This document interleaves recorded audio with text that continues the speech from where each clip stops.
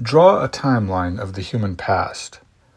Let it read from right to left, the past to your left, and the present to your right.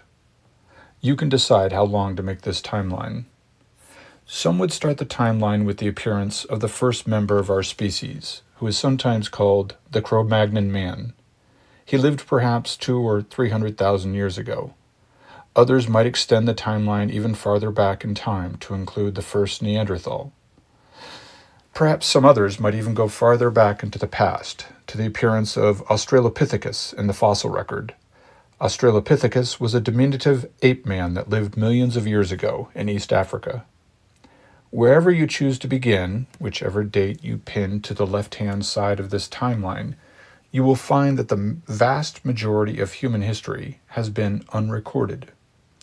Now, this is to use the word history somewhat loosely. Technically, as I stated in the last episode, you can divide the human past into two units, history and prehistory. History begins in any region of the world when you can discover any written records of the past that occurred back then. Everything that comes before that date is usually considered prehistory. So then, most of our species' existence is really prehistory, a period of time shrouded in darkness because we cannot see very clearly what happened before the appearance of writing. But as we will learn in this unit, we are not completely ignorant of prehistory. Archaeology, anthropology, and the progress of genetic science have all helped to shed some light on the events of the deep past. But once writing appears in any time and place, such as in Sumer sometime before 3000 BC, our knowledge becomes much more substantial. Everything written, recorded, filed, or digitized since the first cuneiform tablet sits atop that foundation of prehistory, the mountain of past time in which the deeds and words of our ancestors are almost entirely forgotten. Yet, as anyone knows when they study history, the events and actions of the past are the causes of the actions and the events of the future.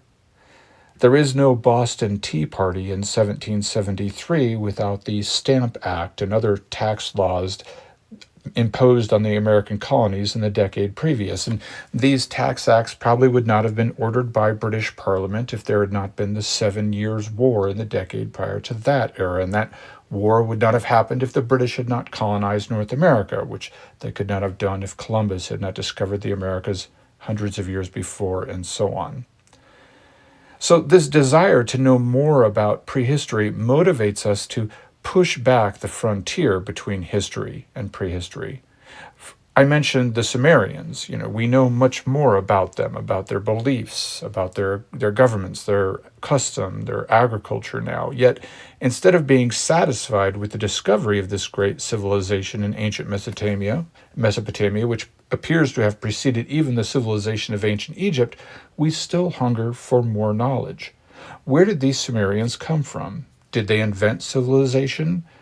The building of great cities, the development of social classes, religious hierarchies? Did they invent agriculture itself? Or were there predecessors, prior civilizations, which transmitted their knowledge to the Sumerians?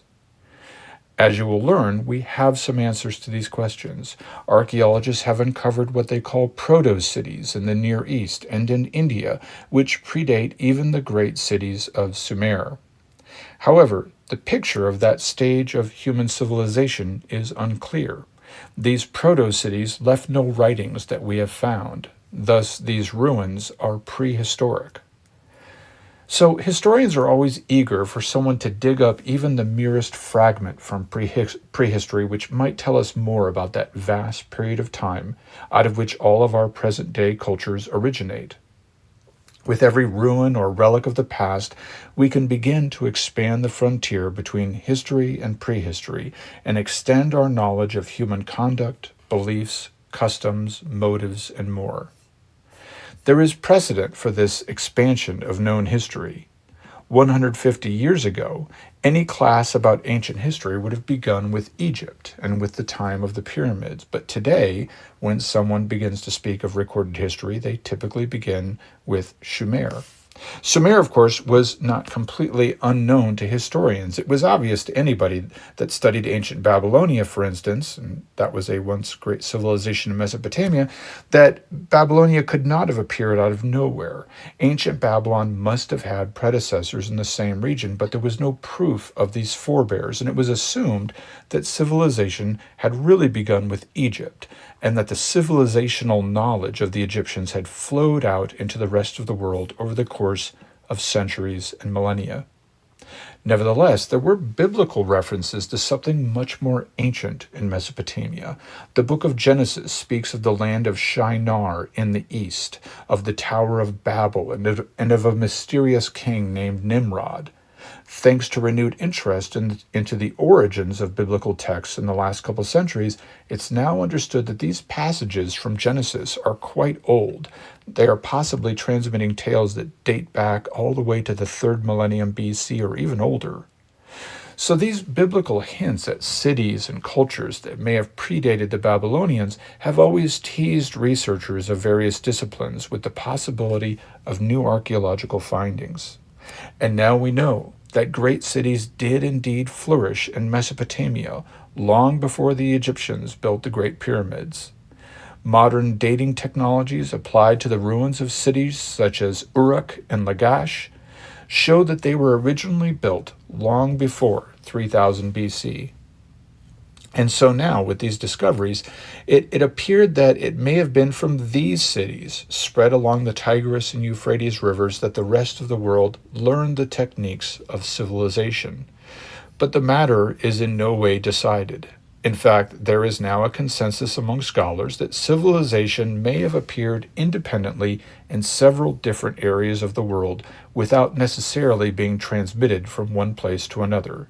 City building, for example, appears to have occurred independently in India and along the banks of the Indus River, and in China on the Yellow River, and in the Americas as well, without any sign of anyone having received knowledge from Egypt or Sumer.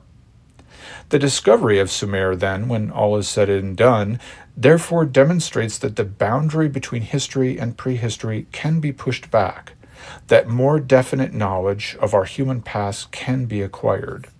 Perhaps another discovery of a lost civilization awaits us in the future. Maybe some civilization predates Sumer and its knowledge flowed into Sumer or into Egypt or India or China or all of them. Such a discovery would help to convert another piece of prehistory into history. However, there will always be prehistory. No one is expecting that, after all, to find written records from a civilization 100,000 years old, and we suspect that human existence is much older than that. So there will always be a need to glean what we can from prehistory. It is during prehistory, after all, when humans learned how to use fire, how to work in large groups, how to plant crops, how to domesticate animals. Even metallurgy and the first uses of money are things that were worked out in prehistory, long before anyone thought to write about it. Since history is unrecorded, though, what are we to study in order to learn more about it? If there are no texts, no clay tablets scratched with cuneiform symbols, no hieroglyphs to tell stories, how shall we learn anything about this era of the human past? Nevertheless, even though there was no writing in prehistory, our earliest hunter-gatherer ancestors did leave some records behind. For example, we continue to find the ruins and relics of their settlements and their tools. We've even found many extremely ancient symbols etched into stone, which hunter-gatherers may have used over the course of tens of thousands of years to communicate with one another. But the most substantial records of prehistory are in the bones of our ancestors. Over the last couple centuries, anthropologists have discovered enough remains around the world to help them trace the lines of a fascinating family tree and to construct a human timeline that begins millions of years ago. And alongside these physical remains, we have also found many of their tools and the remnants of other items that formed parts of their cultures, including jewelry and clothing. Such findings have contributed greatly to our understanding of prehistory. They tell us much about the progress of ancient technology, religious beliefs, and daily practices. The latest development in the study of ancient man is the revolution of genetic science. Scientists have been able to extract DNA from the bones of ancient humans. They've also been able to compare DNA samples from various time periods in order to determine the migration patterns and cultural transitions of people who left no other record of their existence besides their remains. So there is indeed much to learn about prehistoric times. But there is more to prehistory than human prehistory. Thanks to advances in sciences such as physics and chemistry, we can also guess at certain probable scenarios that might explain the beginning of the universe and how our planet formed long before man walked its surface. Therefore, the next episode in this series will begin at the very beginning and tell the tale of the creation of the universe. Until then, I thank you for listening to the Western Traditions Podcast.